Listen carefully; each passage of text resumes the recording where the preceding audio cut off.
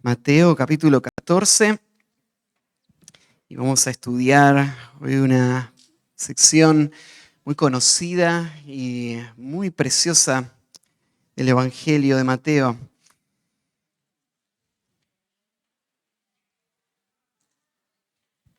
Estamos en el versículo 13, vamos a estudiar el 13 al 21.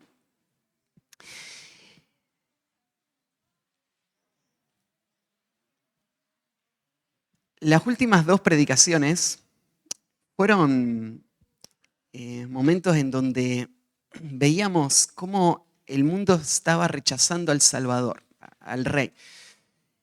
Y veíamos dos ejemplos. Uno, vimos en la aldea de Nazaret, aunque ellos habían tenido tanta cercanía con el Señor, y no podrían decir que no se dieron cuenta o que no lo vieron o que no entendieron, porque creció ahí y le escucharon, vieron las señales, así que no había ninguna excusa.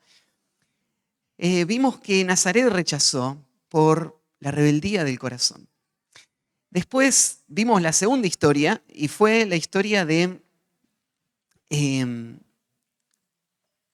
cuando Cristo se presenta la historia de Juan el Bautista como el ejemplo del rechazo del Mesías y del rechazo de su mensajero. Así que cuando veíamos a Herodes responder a Juan y veíamos su corazón y su cobardía y veíamos los deseos que le controlaban, el temor a los hombres, veíamos, esto es lo que hace que muchos en el mundo rechacen al Señor, rechacen a Cristo. Lo rechazan no necesariamente porque no creen que sea verdadero, sino porque no les sirve para sus propios deseos, para sus propios intereses. Entonces, tanto el peligro de la familiaridad como este ejemplo de Herodes rechazando a Cristo por sus propios deseos, nos mostraron dos cuadros que van a dar un ejemplo de todo lo que Jesús vivió durante ese tiempo. Gente que en un momento dijo que sí, que creía y que dijo que iba a seguir a Cristo, pero que después cuando las demandas empezaron a crecer y veían lo que implicaba seguir a Cristo, empezaron a abandonarlo. Y ahí hay un punto de quiebre en el ministerio del Señor. Ahora, lo que vamos a leer esta mañana, el versículo 13, ya no tiene que ver con el rechazo de Israel, sino que vamos a ver cómo Jesús va a responder a ese rechazo. Porque en un sentido ya vimos que el rechazo de Israel va a traer graves consecuencias.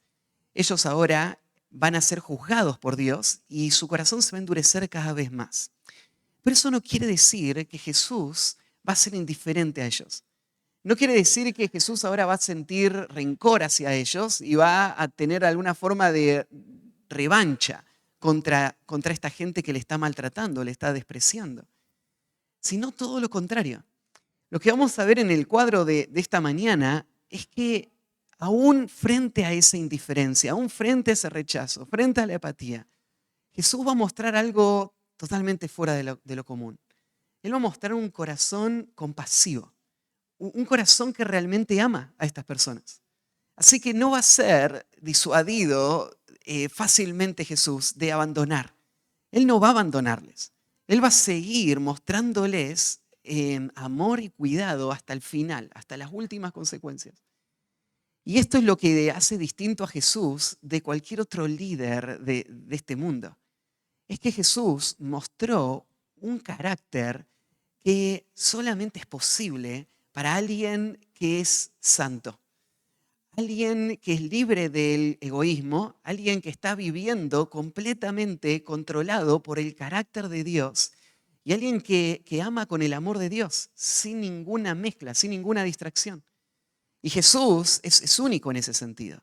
Jesús fue el único hombre que vivió sin pecado y por eso es el único que puede amar de una manera pura, incondicional. Y esta gente que está rechazando a Cristo va a ver un destello de ese amor y de ese cuidado y de ese interés sincero. Y lo vamos a ver en una historia muy conocida. De hecho, tal vez esta historia es la más conocida de todos los evangelios. Es la alimentación de los 5.000. Aún gente que nunca ha leído la Biblia ha escuchado hablar de esta historia, ¿no? De que Jesús en un momento, una tarde, va a hacer multiplicar unos panes y unos peces y 5.000 personas, 5.000 hombres van a comer. Sé que es una historia conocida, pero vamos a estudiar esta historia para hacer un recorrido en el carácter de Cristo y especialmente este concepto, la compasión de Cristo. Vamos a ver de qué se trata ser compasivo. Porque cuando Cristo mostró compasión, no fue solamente para Él sobresalir sobre todos los demás, sino es para mostrarle un camino a sus discípulos de cómo ellos tenían que vivir. Los discípulos naturalmente no estaban inclinados hacia la compasión. Los discípulos van a mostrar en esta misma historia que ellos están absorbidos por sus propios deseos también. Y ellos no están pendientes de las personas, no están gastando su vida y su tiempo y su enfoque en otros. Al menos no como Cristo lo hizo. Así que cuando vean a Cristo y la compasión de Cristo, eso va a ser una confrontación. Eso va a sacar a luz cuán egoístas ellos eran. Y Jesús va a mostrarles un patrón, un modelo. Y va a empujarles a vivir de la misma manera que Él. Es más, en esta misma historia, Él los va a poner en la primera línea. Él les va a decir, bueno, ustedes van a ser los que estén con la gente y van a ser la representación de mi compasión para con ellos. Así que cuando veamos esta historia, podemos pensarla en estas dos maneras. Podemos ver a Cristo como el Rey prometido que está cumpliendo lo que los profetas habían dicho de Él, que iba a ser un Rey compasivo. Podemos asombrarnos de Cristo y ver en Cristo las cualidades de un Dios hecho hombre y ver a Dios y el corazón de Dios. Y además de ver a Cristo, vamos a mirarnos a nosotros y vamos a examinar nuestro propio corazón y vamos a hacernos esta pregunta. ¿Amo yo como Cristo? ¿Tengo yo esta misma compasión? ¿Estoy yo mostrándolo en mi día a día? Porque la compasión no es algo teórico, es algo práctico. Así que Jesús nos va a desafiar esta mañana a hacer algo por los que están sufriendo. A hacer algo práctico, a salir de tu zona de comodidad, a pagar el precio y a imitar a Cristo, confiando en el poder que Dios da y los recursos que Él da para que vos puedas servir a las personas que lo necesitan a tu alrededor. Así que no solo vamos a estudiar de Jesús, vamos a pensar en nuestra vida y cómo nosotros somos llamados a vivir esa misma compasión. El título del mensaje de hoy es Llamados a reflejar la compasión del Señor. Llamados a reflejar la compasión del Señor. ¿Sí? Vamos a leer el versículo 13, ¿sí? Dice así. Oyéndolo Jesús, se apartó de allí en una barca a un lugar desierto y apartado. Y cuando la gente lo oyó, le siguió a pie desde las ciudades. Y saliendo Jesús, vio una gran multitud y tuvo compasión de ellos y sanó a los que de ellos estaban enfermos. Cuando anochecía, se acercaron a él sus discípulos diciendo, el lugar es desierto y la hora es ya pasada. Despide a la multitud para que vayan por las aldeas y compren de comer. Jesús les dijo, no tienen necesidad de irse, dadle vosotros de comer. Y ellos dijeron, no tenemos aquí sino 5 panes y 2 peces. Y él les dijo, traédmelos acá. Entonces mandó a la gente recostarse sobre la hierba. Y tomando los 5 panes y los 2 peces, y levantando los ojos al cielo, bendijo y partió y dio los panes a los discípulos y los discípulos a la multitud. Y comieron todos y se saciaron y recogieron de lo que sobró de los pedazos 12 cestas llenas. Y los que comieron fueron como 5.000 hombres, sin contar las mujeres y los niños. Padre, te ruego que al estudiar esta historia en donde vemos a Cristo modelando la compasión, tú confrontes nuestro corazón y nos ayudes no solamente a verla, tal como tú la entiendes, y ver tu corazón compasivo, sino que nos ayudes, Señor, a romper con los patrones de nuestra vida que evitan que seamos como Cristo para nuestro tiempo, para la gente que está alrededor nuestro. Ayúdanos, Señor, a cambiar en cualquier forma que tú quieras que cambiemos, para que podamos mostrar a este mundo que tú eres un Dios que sí se interesa, un Dios que sí ama, un Dios que sí busca, que sí cuida. Ayúdanos, Señor, a hacerlo para que tu nombre sea glorificado y que este mundo pueda ser alcanzado por el Evangelio. Te encomiendo este tiempo a ti. Usa tu palabra en nuestros corazones. En el nombre de Jesús. Amén. Llamados a reflejar la compasión del Señor.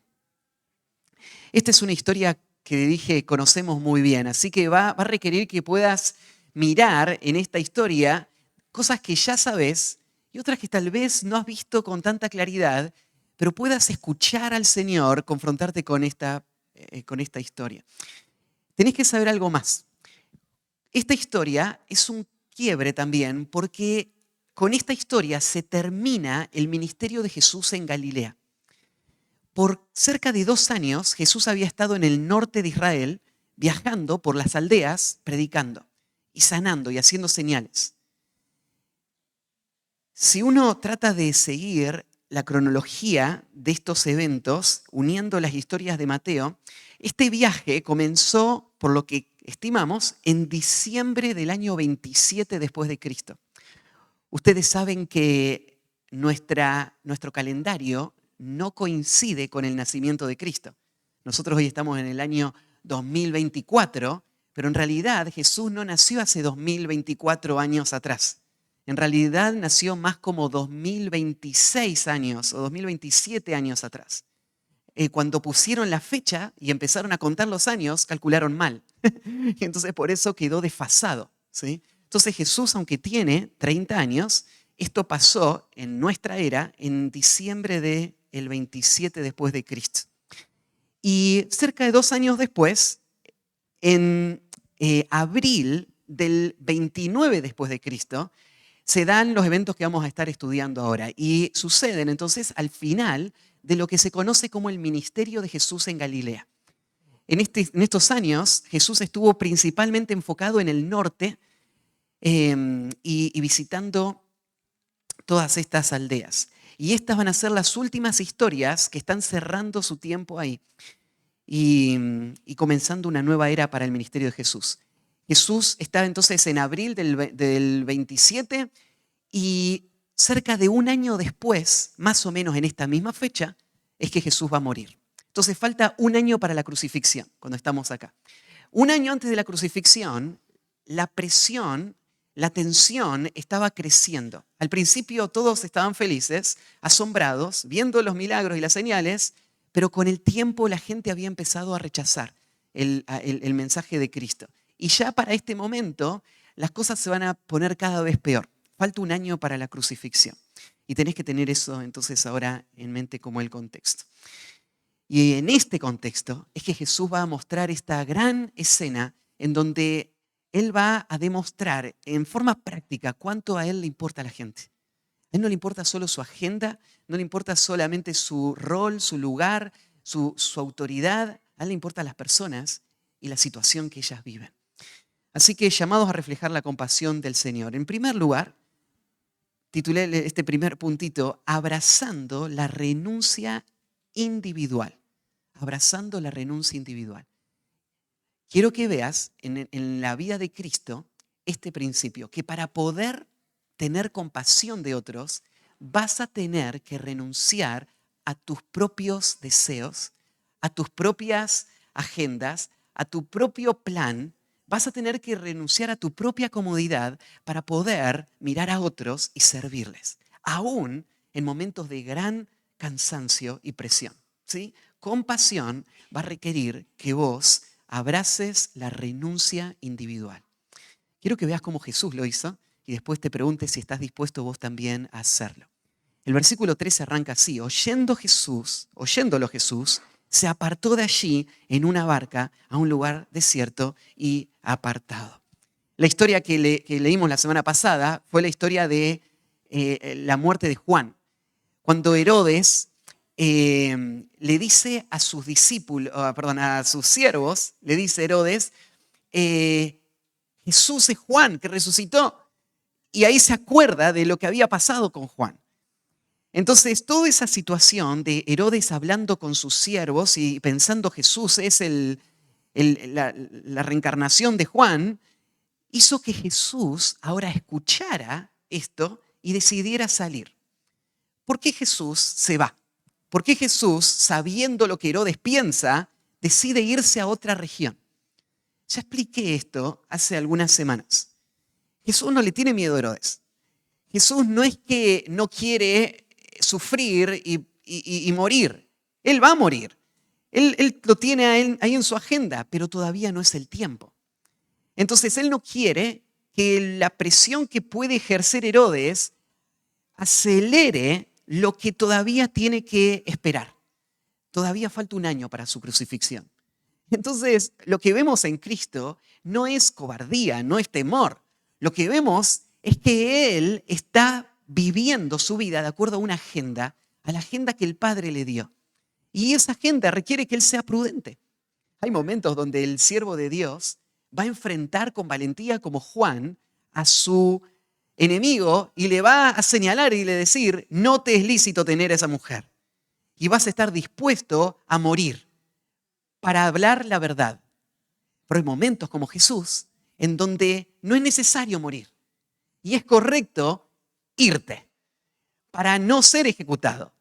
No porque no quieras morir, sino porque estás siguiendo la dirección de Dios para dar tu vida por Cristo en vida y no en la muerte. Y Jesús está ahora saliendo de esta región con este propósito. Él tiene que seguir todavía su ministerio por un año más. Así que como sabe que Herodes está pensando esto, él sale. Y dice que él se apartó de allí en una barca a un lugar desierto y apartado. Esto nos muestra la humanidad de Cristo. Él había estado recorriendo por 2 años toda la zona de Galilea. Su ministerio había sido muy intenso. Él salía de una aldea y se iba a otra. En un mismo día pasaban un montón de cosas. Él no dejaba de enseñar, de cuidar, de sanar. Así que él es un hombre. Él necesita alejarse. Cuando vos miras a Cristo, vos te das cuenta que su ministerio es muy intenso, pero no es constantemente intenso. Su ministerio es mucha intensidad y después separación y relajación. Alguien comparó nuestro cuerpo y nuestra vida con un arco. Un arco está preparado para resistir mucha tensión. Pero si vos mantenés el arco todo el tiempo tenso, no va a ser efectivo. Vas a estar cansado cuando toque el momento de disparar la flecha. El arco tiene un momento de gran tensión y después momentos de relajación. La relajación no es un signo de pereza, no es negligencia, sino que es entender que tanto el cuerpo como el alma necesitan descanso, meditación, oración, comunión con el Señor. Entonces vos lo ves en Jesús a esto. En muchas ocasiones Él hace esto, ¿no? De repente lo encontramos solo en otro lugar, descansando, orando y pasando tiempo de comunión con el Padre y de meditación. Así que esto es lo que está pasando ahora. Jesús está en un momento de mucha intensidad ministerial, seguramente cansado físicamente, cargado, Él está siendo presionado, los discípulos están presionados también. Ellos saben lo que le pasó a Juan y saben lo que Herodes está diciendo de Jesús, entonces piensan acá nos van a matar a todos. Así que Jesús dice, bueno, vamos a parar un poco, vamos a salir y vamos a un lugar para desconectarnos. De hecho, en Lucas, capítulo 6, versículo 31, se dice que, Marcos 6, 31, se dice que esta fue la principal motivación de Jesús al salir. Ahí en Marcos, cuando nos cuenta esta historia, dicho sea de paso, esta historia que estamos estudiando ahora es la única que aparece en los 4 evangelios. Algunas historias aparecen en 1, en 2 o en más, pero esta es la única que aparece en todos. Entonces tenemos muchos pasajes donde ir y tratar de reconstruir toda esta escena. Y Marcos lo dice así, en Marcos 6, 31. Él les dijo, venid vosotros aparte a un lugar desierto y descansad un poco. Porque eran muchos los que iban y venían, de manera que ni aún tenía tiempo para comer. Y se fueron solos en una barca a un lugar desierto. Eso es lo que está haciendo Jesús. Vamos a descansar. No hay tiempo ni para comer en toda esta presión. Necesitamos tiempo juntos, necesitamos conversar. Lucas, en Lucas 9, versículo 10, dice que el lugar a donde fueron era a las afueras de una aldea que se llama Betsaida. Esto está al noreste del mar de Galilea y es difícil encontrar un lugar de descanso en esa zona porque hay muchas aldeas. Entonces, no es que estás en el medio de la nada, pero por lo menos estaba a las afueras, en un lugar distante en donde él pensó podemos descansar y relajarnos. La palabra que usa ahí, cuando dice a un lugar desierto y apartado, la palabra apartado es el concepto de un lugar propio, o en este caso un lugar privado. Un lugar privado. O sea, sin el amontonamiento de la gente, sin la presión y sin tener que estar ocupándose de otras cosas. Solo Jesús con sus discípulos. Y entonces dice, cuando la gente lo oyó, le siguió a pie desde las ciudades. No es fácil esconderse, ¿no? La voz se corre muy rápido. Y entonces la voz se corrió, Jesús está yendo al otro lado. ¿Y para qué lado salió? Y esa voz de para qué lado salió se corrió rápido por toda la región y la gente sale para ir al lugar donde Jesús estaba. En Marcos 6, 33, es más, dice, muchos le vieron ir, se estaba viendo para dónde encaraba la barca, y le reconocieron, ahí va Jesús, y muchos fueron allá de a pie desde las ciudades, y llegaron antes que ellos, y se juntaron a él. Así que el plan era ir a un lugar donde descansar, donde no haya tanta gente, donde podamos relajarnos, conversar, meditar, algo que tanto necesitamos. ¿Era una necesidad legítima? Sí. Jesús es humano también. ¿Era algo bueno lo que estaban planeando? Sí, era algo bueno lo que estaban planeando. Pero acá algo inesperado. La gente se entera y van. Le ganan, de hecho, ¿no es cierto? La barca va despacito y llegan antes que Jesús. Van rápido y Marcos cuando hace este comentario que llegaron antes que Jesús, y Mateo va a decir que cuando Jesús baja, ya estaba toda la gente ahí, muestra también la ansiedad que esta gente tenía para estar con Jesús. O sea, fueron rápido, se organizaron rápido, viajaron rápido, porque querían estar ahí. Y ahora el versículo 14, y saliendo Jesús de la barca, está haciendo referencia, en ese lugar donde había planeado ir para estar tranquilo, vio una gran multitud. Ya multitud significa mucha gente, gran multitud implica, ¿no es cierto?, que era una cantidad que era innumerable, era una cantidad sumamente grande. ¿Y qué va a pasar ahora? Jesús está viendo a esta gente. ¿Se acuerdan cuando estábamos en Mateo capítulo 9? Estudiamos un pasaje que dice cosas muy parecidas a lo que va a decir este versículo. Que al ver Jesús la multitud, tuvo compasión de ellas. Y cuando yo les mencionaba esta palabrita ver, que Jesús vio la multitud, yo les decía, no es solamente que lo vio, porque los discípulos también vieron a la gente. Lo que está mostrando que Jesús vio la multitud es que Él percibe lo que está pasando con esta gente. Él ve más allá de lo que los discípulos pueden ver. No ve solamente gente, Él ve enfermos, Él ve gente agobiada, Él ve gente confundida, perdida. Es más, Él ve gente que le va a rechazar. Él ve gente endurecida. Porque la gente que fue a ver a Jesús no es que fue a verlo con las motivaciones correctas. Sabemos que lo que hace que estos quieran ir son todas razones egoístas. Ellos están yendo porque necesitan que Jesús los sane, pero no es porque quieren seguir a Cristo. No es que quieren rendirse a Él como el Señor de sus vidas. Ellos quieren ir a Jesús porque les sirve Jesús. Les sirve es alguien famoso, es alguien atractivo, su enseñanza es popular y también los beneficios que ellos tienen de Jesús. Así que esta gente está siguiendo a Jesús con malas motivaciones. Jesús no está engañado de eso, no es que ve gente tan buena, ¿no es cierto?, y sufriendo tanto. Él ve gente endurecida, es gente que le va a rechazar. Pero Él ve la condición, aún así. ¿Se acuerdan cuando estábamos viendo Mateo 9, yo les decía, ¿qué ves vos cuando ves a la gente? ¿Ves solamente gente pecando? o ves gente que está yendo a la condenación por su pecado? ¿Ves gente que te está afectando, que te está maltratando? ¿O ves gente que está esclava y que por eso está lastimándote? Bueno, Jesús está en esta misma situación una vez más. Él sale de la barca, él está cansado, él vino acá para descansar con sus discípulos, pero él sigue viendo a la gente como él las vio antes. Él sigue viendo a las personas con compasión. Y él ve esa gran multitud. Este pasaje, ahora cuando nos dice lo que Jesús va a hacer, nos muestra cuán adaptable Jesús es. Porque él había hecho otro plan. Él es soberano, él sabe todo, él es omnisciente, él sabía que la gente iba a estar ahí. Pero como Mateo lo presenta, ¿no? Jesús fue ahí para estar tranquilo. Y ahora se encuentra con toda la gente. Y este sería el momento para decir, yo tengo derecho a descansar también, ¿no? ¿Qué se creen? ¿Que soy una máquina? ¿Solo trabajo todo el día? Yo estoy también cansado y necesito tiempo para mí. Necesito pensar, meditar, dormir. Este sería el momento para enojarse con esta gente que no lo deja en paz. Y es más, esta gente es gente que no lo quiere a él, que lo usa a él, y Jesús lo sabe.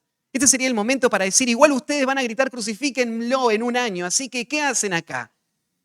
Voy a estar con mis discípulos, ellos son los que sí se interesan por mí. Este hubiese sido tal vez el momento para actuar así, como tal vez nosotros hubiésemos actuado, ¿no? Y nosotros actuaríamos así porque no tenemos compasión. Y la gente que no tiene compasión es egoísta.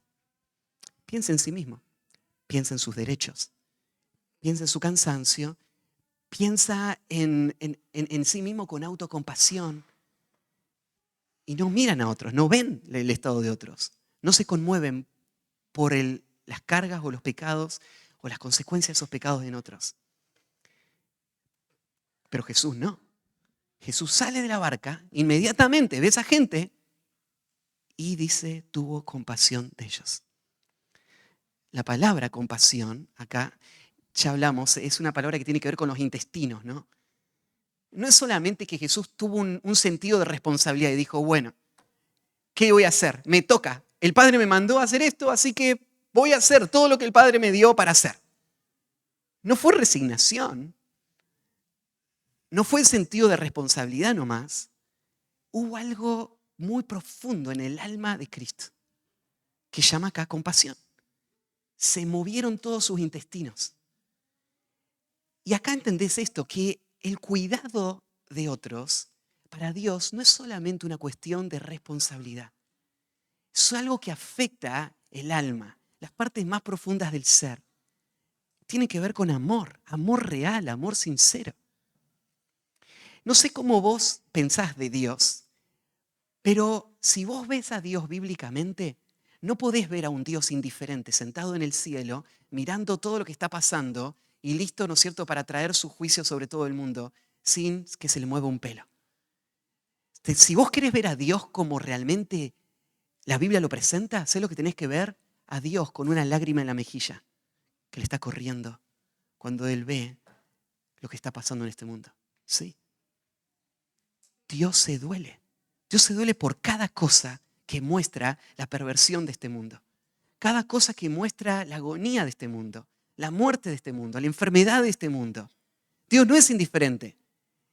Dios no está mirando, ¿no es cierto?, con una mirada implacable, sino quebrado. Y esta es la tragedia, que aunque Dios es un Dios misericordioso, muchos no lo ven así, y aún un paso más, muchos no lo representan así. Si venimos más cerca, a veces nosotros no actuamos así. Nosotros caminamos por el medio del dolor de este mundo y no se nos mueve un pelo. Nosotros miramos el pecado de otros y lo único que estamos pensando es cómo nos afecta a nosotros. No estamos pensando en ellos. Nosotros estamos entregándonos para servir a otros, esforzándonos, pero tenemos un límite, ¿no? Y decimos, bueno, ya está, ya hice suficiente. Y encima no lo agradecen, encima no me valoran, encima me desprecian. ¿Qué más puedo hacer por ellos? Ya está. Nosotros tendemos a pensar así. Dios es un Dios compasivo. Él se conmueve, todo su interior. ¿Y entonces qué hace? La compasión no es solamente un sentimiento interno. La compasión te lleva a una acción práctica. Y sanó a los que de ellos estaban enfermos. ¿Te das cuenta? Compasión no fue decir, uy, pobrecitos. Bueno, venga la semana que viene y les doy un turno. Ahora estoy con mis discípulos. Él vio a la gente ahí y él cambió su plan. Él se dedicó a hacer algo por ellos, a sanarles.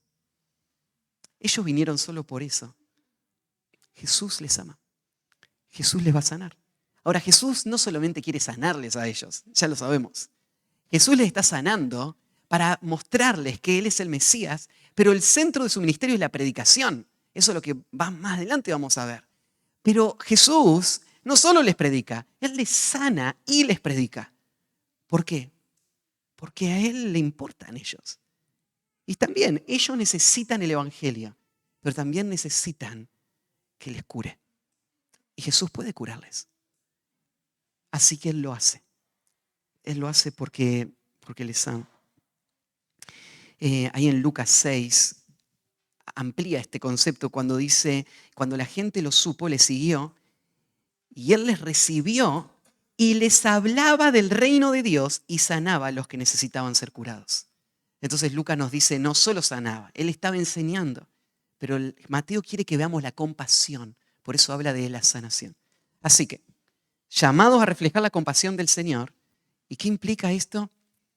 Abrazar la renuncia personal. ¿Estás dispuesto? Porque eso es lo que va a requerir. Hay momentos donde vos vas a estar en esa situación y vas a tener que decidir pensar en vos o pensar en otros. Segundo lugar, involucrándome de manera personal. Involucrándome de manera personal. ¿Cómo voy a imitar o cómo voy a reflejar la compasión de Cristo? Lo voy a hacer involucrándome en la vida de otros de manera personal. Entonces, versículo 15. Cuando anochecía, o sea, Jesús pasó todo el día con ellos, curando y enseñando. Sigue el trabajo. Cuando anochecía, se acercaron a él sus discípulos diciendo. Jesús parece ni haberse dado cuenta que se le pasó todo el día.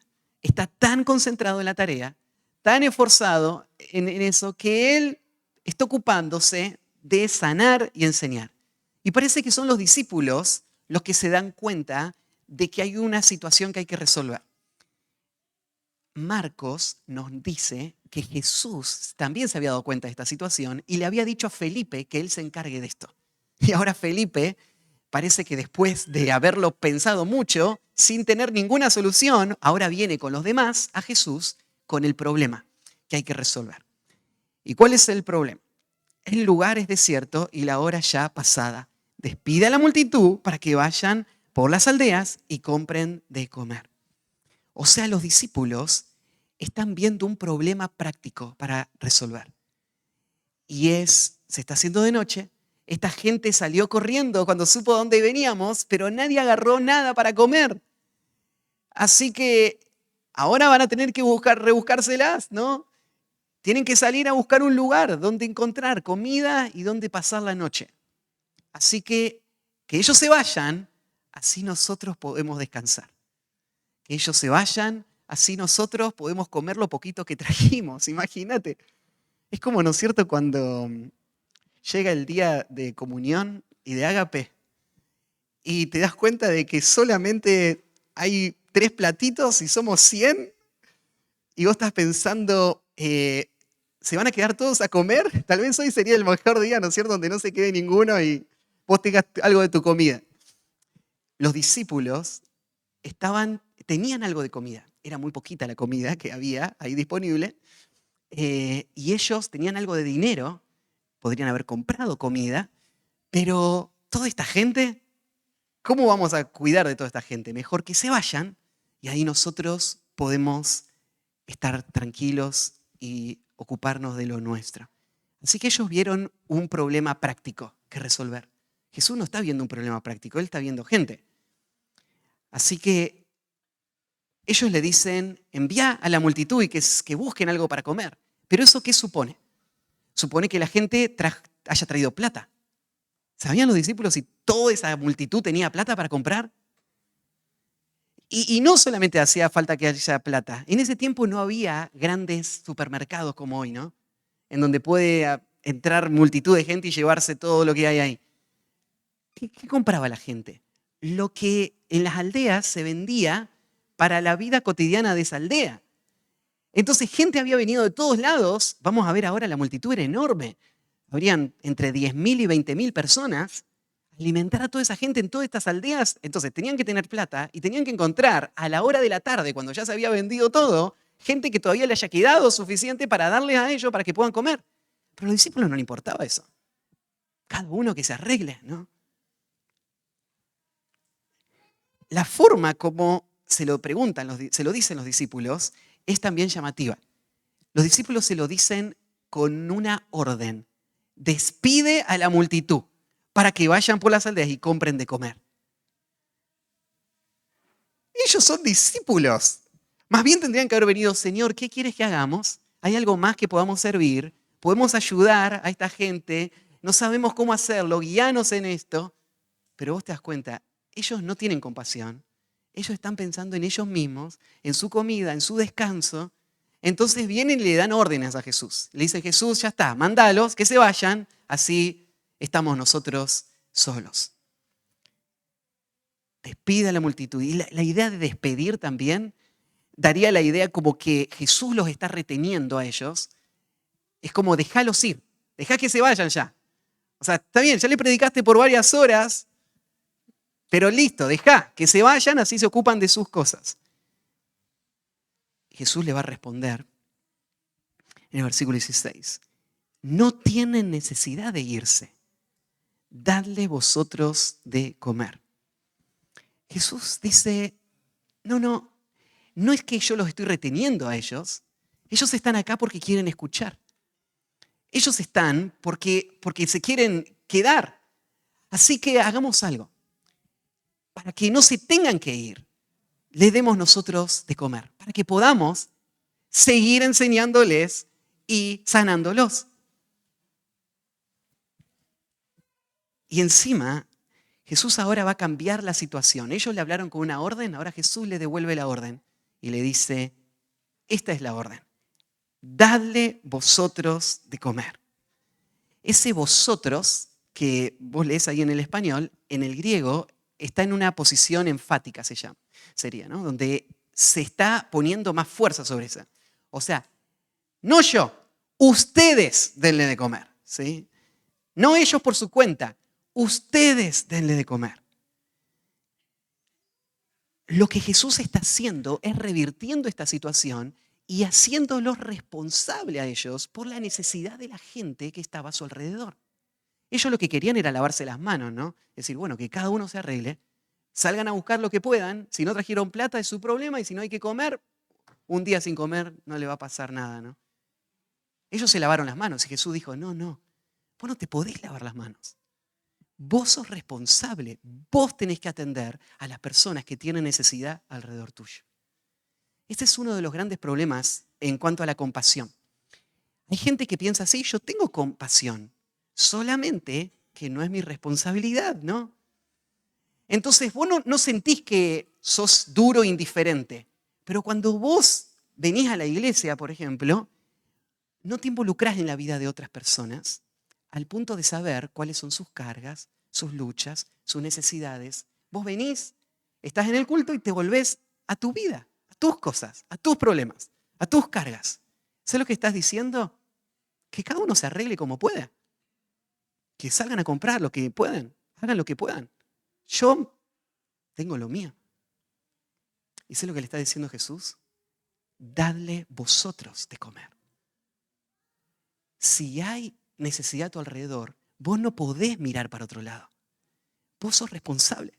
Yo soy responsable. Ahora esto te acorrala, ¿no es cierto? Y los discípulos se tienen que haber sorprendido de lo que Jesús le está diciendo. Jesús le dice, dale a vosotros de comer. dando a entender, denle algo de comer. Denle lo que tienen para comer, denle lo que pueden darles de comer. Y lo que Jesús está haciendo es, Él tiene compasión, pero Él está presionando a los discípulos para que ellos se sientan responsables y ellos reflejen su compasión al mundo. Jesús podría haberles dado Él de comer a las personas, ¿no? Directamente. Él podría haber hecho como hizo Moisés y Dios en el tiempo del desierto, ¿no? Que caiga maná del cielo. Y listo. Pero Jesús no hace que caiga maná del cielo.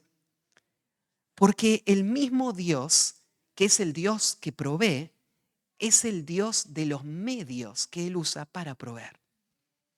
Entonces Él lo que quiere es que sus discípulos sientan compasión, igual que Él. Él quiere que sus discípulos se involucren personalmente en la vida de los demás. Él quiere que ellos sientan la carga y que ellos hagan algo práctico y que ellos suplan las necesidades. Esto no va a caer del cielo. Ustedes lo tienen que hacer. Y no sé cómo vos pensás de tu vida cristiana, no sé cómo vos pensás del avance de la obra del Señor, pero capaz que pensás que otro lo va a hacer. O que va a venir del cielo, ¿no? Que los cuervos alimenten a los misioneros, ¿no? Si Dios mandó cuervos antes, se dice, no, es la iglesia la que lo tiene que hacer. Cuando ves necesidades espirituales en las personas a tu alrededor, bueno, alguno de los líderes se va a encargar. No, ustedes denles de comer. Ustedes atiéndanlos. Ustedes sírvanlos. La tarea de los líderes es equiparles para la obra del ministerio. Pero la tarea de servir y de cuidar y de edificarse es de ustedes. No es de los líderes de la iglesia. Cada creyente es responsable de sus hermanos. La pregunta que hizo Caín, ¿soy acaso yo guarda de mi hermano? Se responde con un sí. Sos responsable de cada uno de los que están a tu alrededor. Denle ustedes de comer. Entonces, no podemos solo echarlos porque molestan. Tenemos que escuchar las palabras de Jesús. Dadle vosotros de comer. Así que esto les golpeó a los discípulos. Está bien. Jesús nos da esta tarea para hacer. Pero hay un problema. No tenemos aquí sino 5 panes y 2 peces. O sea, ellos están pensando de nuevo en cómo resolver esta situación. No están pensando en compasión, están pensando en el problema práctico todavía. Y su problema práctico, ellos no dicen, sí, Jesús, perdón porque ni pensamos en la gente, estábamos pensando solo en nosotros. Ellos no dicen así. Ellos argumentan, ¿no? Y dicen, ¿y cómo lo vamos a hacer? Ese no era el problema. Lo que Jesús está señalando es el corazón. Pero bueno, ellos, ¿cuál es el argumento que tienen? Tenemos muy poco. Lo que tenemos no alcanza para todos. Hay otros pasajes paralelos que describen un poquito más de esta respuesta. En Lucas, por ejemplo, 9:13, Jesús dijo, dadle vosotros de comer. Y ellos dijeron, no tenemos más que 5 panes y 2 peces, a no ser que vayamos nosotros a comprar alimento para toda esta multitud. Esa sería la otra opción, ¿no? Tenemos esto acá y lo otro sería ir a comprar. Pero en Marcos 6:37, alguien sacó la cuenta de cuánto requeriría comprar pan para todos y están pensando, esto es algo exorbitante. Vamos a ver más adelante, la gente que se menciona que había ahí eran 5.000 hombres. Y era la forma común en que se contaban las personas en aquel tiempo. No era una sociedad machista, sino que se entendía la estructura social construida alrededor de grupos familiares. Entonces, se contaban los hombres y estos son los grupos familiares. Y se pensaba de esa manera. Había 5.000 grupos familiares. Si vos sumás a las mujeres y a los niños, bueno, capaz que alguna mujer se quedó en la casa y solo el hombre fue. Capaz que algunos niños no acompañaron a los papás. Pero había un grupo grande, entre 10.000 y 20.000 personas. Ponele. 20.000 personas comen mucho. Si calculamos medio kilo de comida por persona, no sé cuánto se calcula para alimentar un grupo de personas, estás hablando de 10 toneladas de comida. 10 toneladas de comida. O sea, ¿cuánta plata se necesita para comprar eso, no? ¿Cuánto tiempo de preparación? Es una locura. Logísticamente esto no se puede. Entonces el argumento de los discípulos es, como no puedo, no soy responsable. Solo tenemos esto, así que, bueno, que se arregle cada uno como puede. ¿Y Jesús qué les dice a ellos? Lo único que tenemos son 5 panes y estos 2 peces. Nos agrega Marcos que estos panes eran panes de cebada, que era la comida de los pobres. No eran panes de trigo. Este era un niño, un muchacho, que se lo va a mencionar también en los pasajes paralelos, que había llevado comida para él, tal vez para algún amiguito más, para ese día. Fue el único precavido, la única mamá que pensó en ese niño o que se enteraron los discípulos. Pero él tenía unos pancitos que no eran panes, eran bollitos de cebada, de lo que lo haría un pobre, y 2 pececitos que se usaban, no eran 2 carpas de 2 kilos, ¿no es cierto?, cada una, eran pececitos que se usaban para dar sabor al pan, cuando lo comías, para no comerlo solo, ¿no?, como un pan seco, así nomás. Entonces le dabas el pececito, ¿no es cierto?, y se mezclaba ahí con el pan y lo comías. Ahí está, era la comida de un niño lo que había, todo lo que tenía. ¿Y Jesús qué les va a decir? Traédmelos acá. ¿Eso es todo lo que tienen? Traigan todo lo que tienen. Porque el hecho de que sea una tarea demasiado grande y que lo que vos tenés no alcanza para todos, no significa que no sos responsable. Trae todo lo que tenés. Porque vos sí sos responsable. Hay que alimentar a toda esta multitud. Traigan los panes y los peces.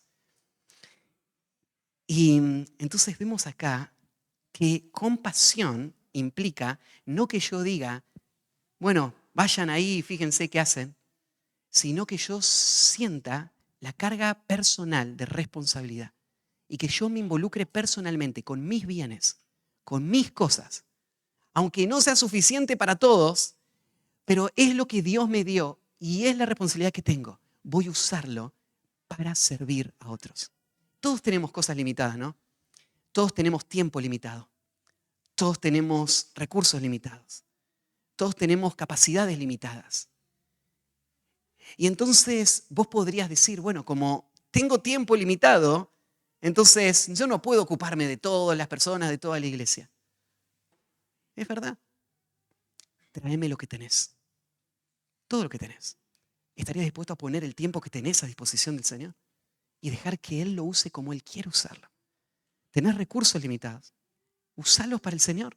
Ponelos a disposición del Señor. Usalos para servirle a Él. Tenés fuerzas, talentos limitados. Señor, no sé tanto, no puedo tanto. ¿Qué tenés? Tráelo. Tráiganlo acá. Así que reflejamos la compasión del Señor abrazando la renuncia individual, involucrándonos de manera personal. En tercer lugar, confiando en la provisión sobrenatural. Confiando en la provisión sobrenatural. Jesús tenía un plan. Esto era una prueba para ellos. Claro que Él no pensaba que estos pancitos y peces puedan alimentar a todos, pero era una prueba.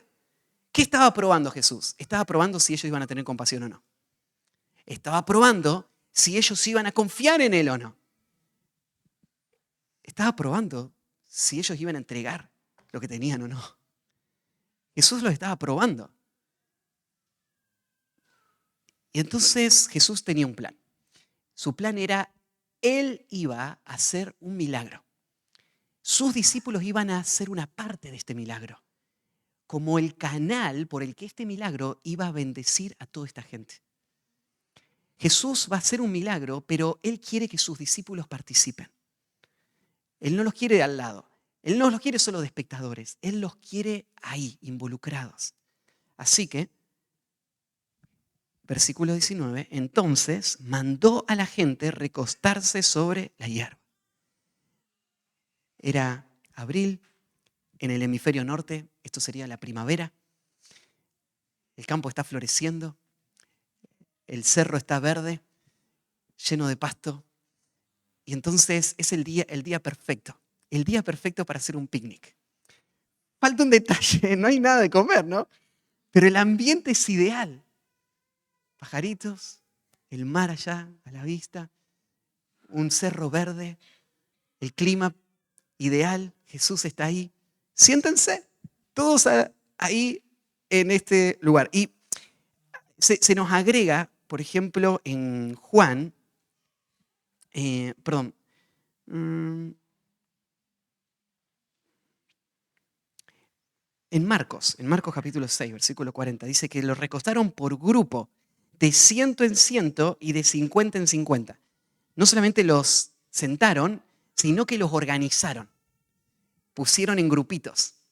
Grupitos de números específicos, ¿no? 50, 50, 50, y dejaron todos pasillitos para que la gente pueda ir y repartir a cada uno lo que necesita. Me encantan los detalles que nos da el Evangelio porque nos hace ver que Jesús, Él quiere suplir para todos, pero Él lo va a hacer de una manera ordenada. Porque Dios es un Dios de orden, ¿no? Dios no es un Dios de caos. Así que ordenar la manera como vamos a ayudar a los necesitados es algo bueno, es algo correcto. No es salir, ¿no es cierto?, a la locura, decir, tenemos que hacer algo, vamos a hacer lo que podamos, vamos a dar lo que podamos. No, no, no. Eso puede ser muy peligroso. Cuando estaba estudiando me acordé de una anécdota. Hace algunos años estábamos en el barrio de Ezeiza del Tala y se había hecho una actividad para niños. Había venido un grupo de americanos, así que dijeron, vamos a hacer algo especial para los niños. Vamos a invitar a todos los niños y vamos a darle regalos a los niños, vamos a alquilar peloteros. Había un hombre que tenía recursos y dijo, yo voy a comprar unas bicicletas para regalarle a alguno de los niños. Se armó de repente, ¿no es cierto?, una súper actividad. Y entonces empezamos a hacer juegos ahí. Se juntaron, no los contamos, pero unos 600 niños más o menos en la plaza de Ezeiza. Una multitud terrible. De repente, claro, ¿qué nos dimos cuenta? Las cosas que se compraron no van a alcanzar para todos los niños, ¿no? Así que, bueno, llegó el momento, todo el tiempo le estábamos diciendo, después van a venir los regalos, después van a venir todos los niños esperando los regalos, ¿no?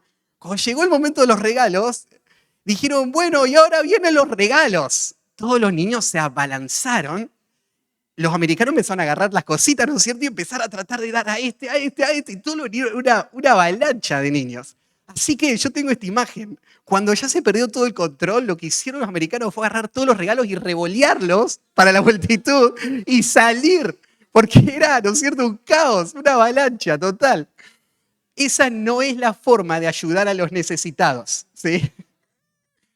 Dios es un Dios de orden. Y en esa montañita, bueno, tenías un montón de gente avalanchándose, viniendo a comer, ¿no es cierto? ¡Hay comida gratis! Todos encima. No. Separados 50 por 50, todos ordenaditos, cada uno en su lugar, llevándole para que todos tengan y a nadie le falte.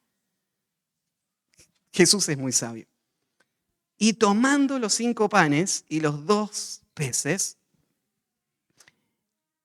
levantando los ojos al cielo, bendijo. Algo para aclarar, lo que bendijo no fueron los panes. Ahí en el griego no aparece el objeto de este verbo.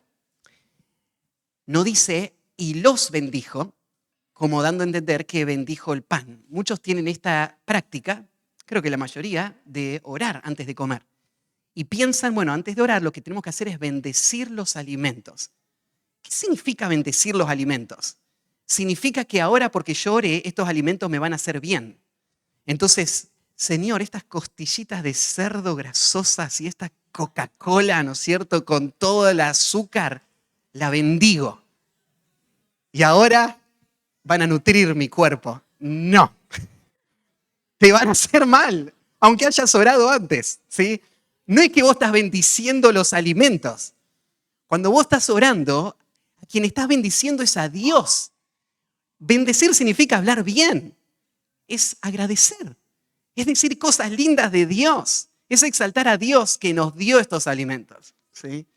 Esta práctica de bendecir a Dios frente a los alimentos se ha vuelto algo muy común para el pueblo cristiano. Lo vemos en Cristo en algunas escenas como esta y las vemos en el libro de los Hechos y la iglesia primitiva haciéndolo. Entonces, es una buena práctica, ¿sí? Y lo que está pasando acá es Jesús le está mostrando a los discípulos que su responsabilidad de cuidar de otros y su compasión por cuidar de otros tiene como fuente a un Dios bueno y a un Dios poderoso que nos da todas las cosas en abundancia para que las disfrutemos y para que las usemos como sus representantes para servir a otros. Entonces, lo que nosotros hacemos no es confiar en nuestra fuerza, no es confiar en nuestro trabajo, en nuestros recursos, sino que es agradecer a Dios. Él es la fuente de todo bien para nosotros. Y Él nos da todo lo que tenemos. Y entonces Él bendijo, gracias Señor por esta comida. No sabemos qué palabras usó, ¿no es cierto? Pero fueron palabras de exaltación al Padre. Y partió y dio los panes a sus discípulos. No a la gente. Jesús no salió por los pasillos repartiendo, para vos, para vos, para vos. Jesús se lo dio a sus discípulos y sus discípulos a la gente. ¿Por qué lo hizo de esa manera? Él quiere que sus discípulos reflejen la misericordia de Dios, la compasión de Dios. Entonces Él quiere que sus discípulos lleven esa compasión a los demás. Él los quiere ahí en primera fila, así como nos quiere a nosotros. Entonces este es el cuadro. Dios nos da a nosotros. Los discípulos no habían comido todavía. Los discípulos estaban cansados. Pero ellos tienen que seguir sirviendo. Y en este caso, ¿saben cómo?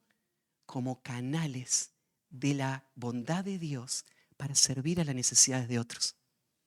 Cuando Dios te da recursos, ¿qué es lo que viene inmediatamente a tu mente? Qué bueno todo lo que me voy a poder comprar y cuánto lo voy a disfrutar ahora. O viene a tu mente esta pregunta: ¿para qué será que Dios me lo habrá dado? ¿Será que hay alguna situación de la que yo todavía no sé, pero que Dios la va a traer en su momento y va a ser muy claro? Para esto te lo di.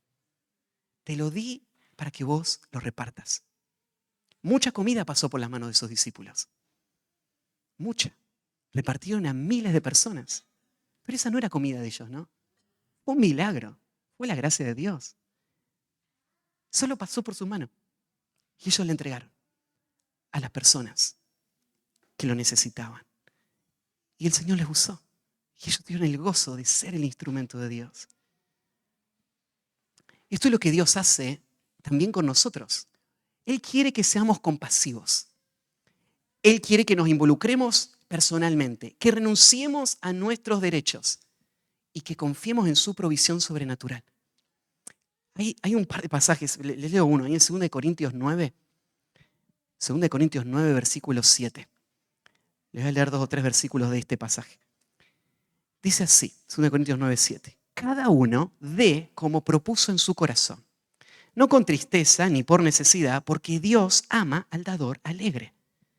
Y poderoso es Dios para hacer que abunde en vosotros toda gracia, a fin de que teniendo siempre en todas las cosas todo lo suficiente, abundéis para toda buena obra.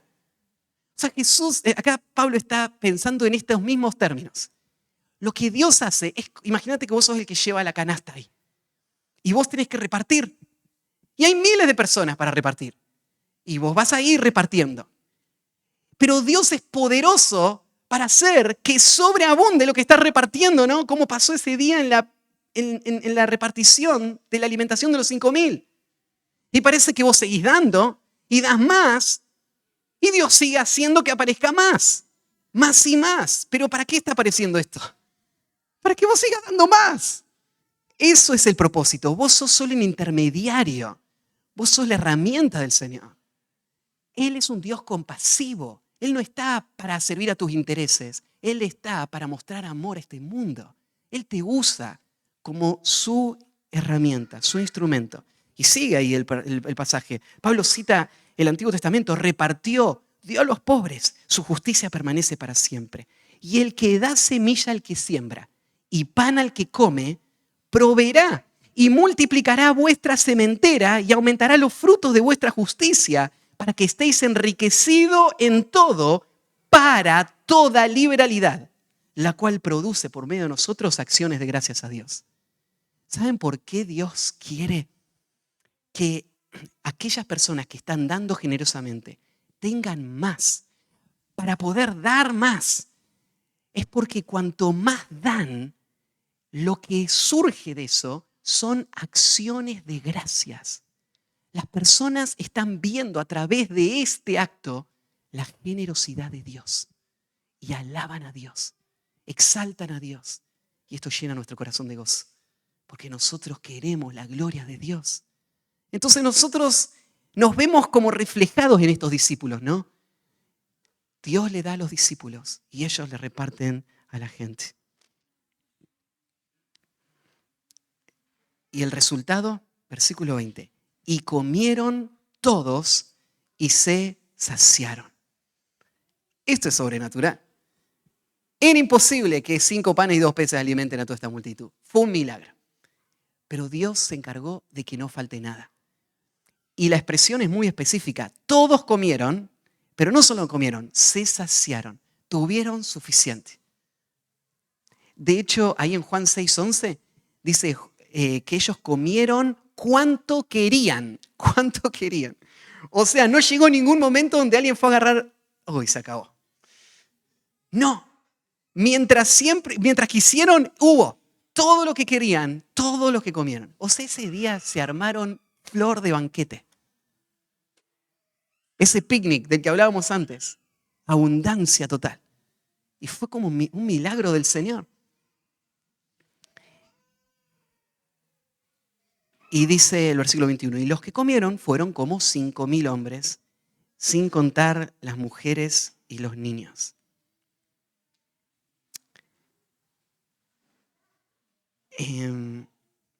Perdón, me faltó una frase del versículo 20. Después de decir que se comieron y se saciaron, dice, y recogieron lo que sobró de los pedazos, 12 cestas llenas. ¿Por qué creen que fueron 12 las cestas y no fueron 11 o 15? ¿Qué les suena el número 12? Son los 12 discípulos, ¿no?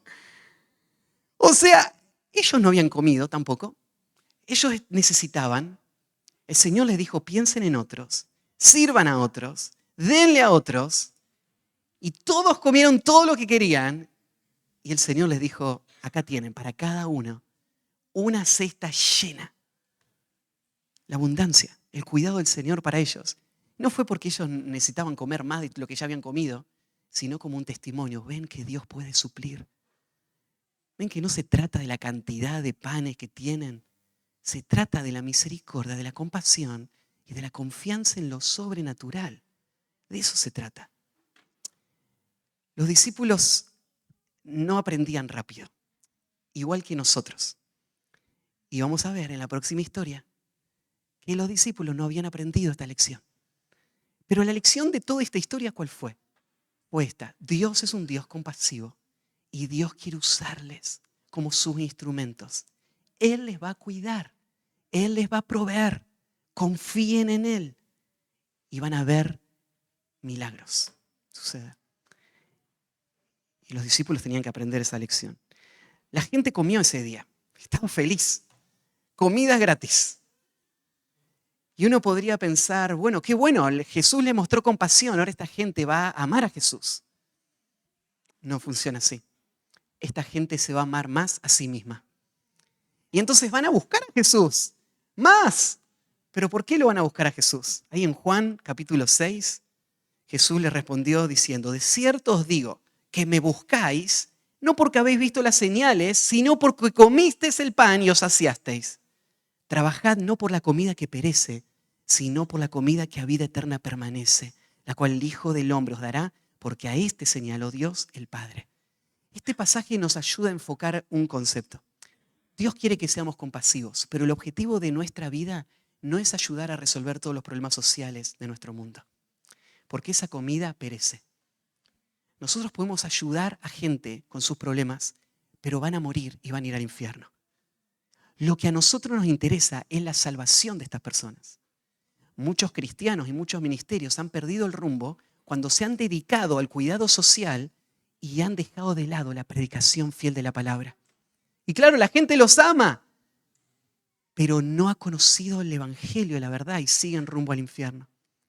Entonces el objetivo del pueblo de Dios no es resolver todos los problemas físicos que las personas tienen. Es llevarles a la salvación, es llevarles a Cristo. Pero para poder llevarles a Cristo, tenemos que mostrarles a un Dios compasivo, a un Dios que sí le importa, a un Dios que hace cosas prácticas y ayuda en momentos de necesidad. Entonces tenemos que preguntarnos cuáles son esas necesidades a nuestro alrededor. ¿Qué cosas Dios trajo a tu mente durante la predicación como oportunidades que Él ha estado trayendo a tu vida que vos has estado mirando para otro lado? ¿Qué cosas ha confrontado el Señor en tu corazón durante la predicación que exponen ese egoísmo, que no te permite mostrar compasión, tal vez porque te ves con autocompasión y sentís lástima de tus problemas, de tus cargas, de tus enfermedades, de tus necesidades y no estás pensando en otros? Y tal vez el Señor confrontó tu incredulidad pensando, ¿y qué es esto para tantos? ¿Cómo vamos a hacer? ¿A quién puedo ayudar yo? El Señor te está diciendo, tenés que confiar en mi poder sobrenatural para hacer que vos puedas servir de una manera fiel. Y tenés que darme todo lo que tenés. Y tenés que confiar que yo puedo darte todo lo que necesitas. Dame los 5 panes y 2 peces. Yo te voy a dar una canasta llena. Esto no es el evangelio de la prosperidad. Dale al Señor y el Señor te va a dar 100 veces más. Pero esto es la promesa de un Dios fiel que no falla. Cuando confiamos en Él, Él nos usa y Él nos cuida. Él nos sostiene. Él sabe las necesidades que tenemos. Entonces, tenemos que imitar al Señor en la compasión. Oramos. Padre, esta mañana tú nos pusiste a otra faceta de la vida del Señor y confrontas, Señor, nuestro pecado. Y como oraba al principio, una cosa es sentir la culpa, sentir la vergüenza y sentir la incomodidad. Otra cosa es abandonar nuestro egoísmo. Señor, obra con poder. Haznos salir esta mañana con un compromiso renovado a vivir la compasión del Señor, a servir a personas a nuestro alrededor. Danos, Señor, un compromiso renovado a confiar en tu poder y a pagar el precio, imitando a Cristo. Ayúdanos, Señor, a seguir predicándonos este mensaje durante la semana unos a otros, para que tú hagas esto en nuestros corazones. Sigue edificando tu iglesia. Ayúdanos a amar como tú amas. En el nombre de Cristo Jesús. Amén.